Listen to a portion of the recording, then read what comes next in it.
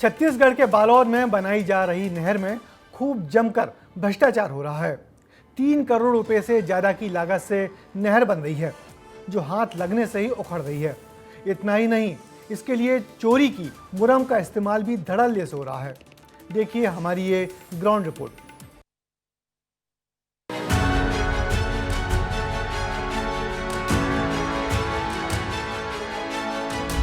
बालोद जिले के तरौद से होकर गुजरने वाले गोदली जलाशय केनाल से रेवती नवा गांव तक नहर बनाई जा रही है। नहर का काम कुछ दिनों पहले ही शुरू हुआ है। अभी तक महज आधा किलोमीटर ही नहर बनी है, लेकिन गुणवत्ता की पोल खुलने लगी है। नहर का निर्माण इतना घटिया हो रहा है कि हाथ लगाने से ही नहर टूट रही है। रेत और गिट्टी हाथ में आ जा रही है। अब आप समझ ही गए होंगे कि कितनी शिद्दत से भ्रष्टाचार हो रहा है, और इस भ्रष्टाचार को दबाने के लिए ठेकेदार चालाकी से धान का पैरा डाल रहा है ताकि किसी को कुछ नजर ना आए। गोंदली जलाशय के नाले से शुरू होकर रेवती नवा गांव तक इस नाली का निर्माण कार्य किया जा रहा है, जिसकी लागत 3 करोड़ 33 लाख से अधिक की है। नाली का निर्माण कार्य चल रहा है, लेकिन भ्रष्टाचार को भी बड़ी चतुराई से अंजाम दिया गया है। तस्वीर दिखाता हूं और तस्वीर से आप अंदाजा लगा लेंगे कि कितना चतुराई के साथ में इस भ्रष्टाचार को अंजाम दिया गया है। ये जो नाली का निर्माण किया गया है, यहाँ पर मटेरियल का जो उपयोग किया गया है उसे आप देखिए। ये जो हाथ से ये उठाने पर ये पूरा रेत निकल रहा है, रेत और गिट्टी अंदर का ये पूरा। ये मैं खोद रहा हूँ, पहले सपाट था, लेकिन मैं जब खोद रहा हूँ तो आप देखिए, इधर भी देखिए। ये पूरा काम करोड़ों रुपए से किया जा रहा है। सबसे पहले इस पूरे प्रोजेक्ट को समझ लेते हैं।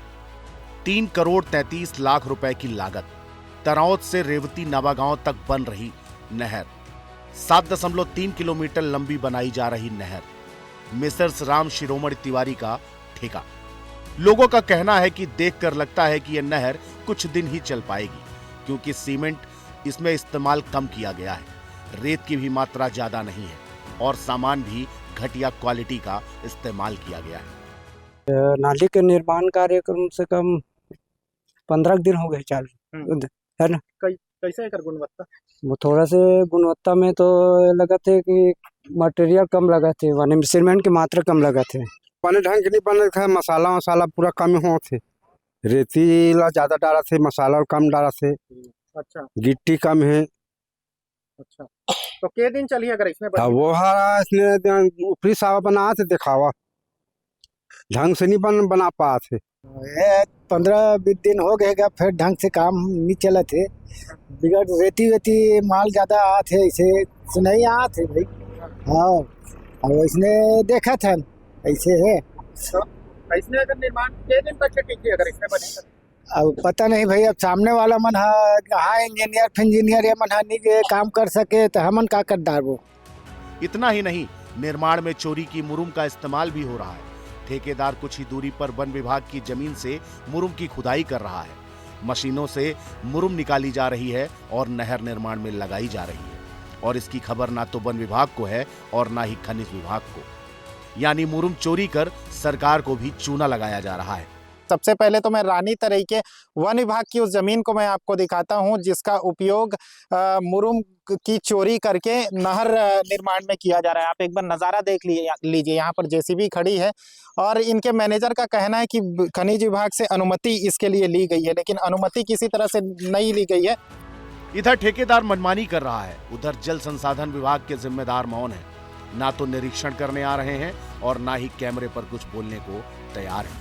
तरौद माइनर यानी गोंदली से लेकर रेवती नवा गांव तक बनाए जा रहे नहर में गुणवत्ताहीन निर्माण कार्य को लेकर जब हमने जल संसाधन विभाग के जिम्मेदारों और कार्यपालन अभियंता से चर्चा करने की कोशिश की, तो उन्होंने कैमरे के सामने आकर कुछ भी कहने से इनकार कर दिया। अब देखना होगा कि जल संसाधन विभाग कुछ संज्ञान लेगा या फिर भ्रष्टाचार का ये खेल यूं ही चलता रहेगा, जिससे ना तो सरकार को कुछ फायदा होगा और ना ही जनता की उम्मीदें पूरी होंगी। भला होगा तो सिर्फ ठेकेदार का और उन अफसरों का जो इस खेल में शामिल हैं, क्योंकि नहर की हालत बताती है कि ये बनते बनते ही बर्बाद हो जाएगी। विस्तार न्यूज के लिए दिलेश्वर देवांगन की रिपोर्ट।